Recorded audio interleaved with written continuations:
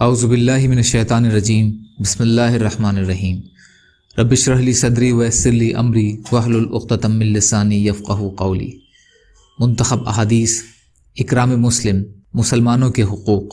حضرت ابو موسیٰ اشعری رضی اللہ تعالی عنہ رسول اللہ صلی اللہ علیہ وسلم کا ارشاد نقل کرتے ہیں کہ ان کے کبیرہ گناہوں، شرک، زنا وغیرہ کے بعد جن سے اللہ تعالیٰ نے سختی سے منع فرمایا ہے، سب سے بڑا گناہ یہ ہے کہ آدمی اس حال میں مرے کہ اس پر قرض ہو اور اس نے ادائیگی کا انتظام نہ کیا ہو۔ ابو داؤد۔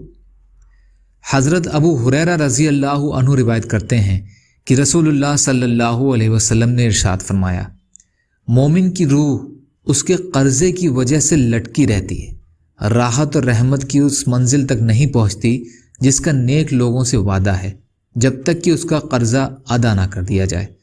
ترمذی۔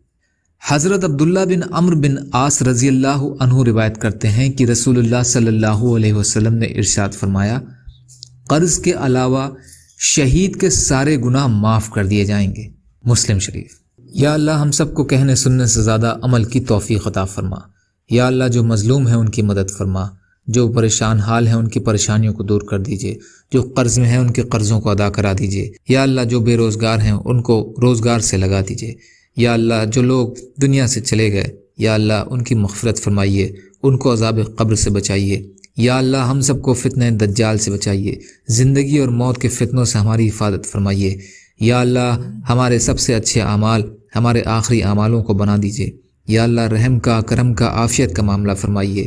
یا اللہ جو مانگا وہ بھی عطا کر دیجئے، جو بھول گئے ہوں اپنے فضل کرم سے عطا فرمائیے۔ برحمتک یا ارحم الراحمین، لا الہ الا اللہ محمد رسول اللہ۔ السلام علیکم۔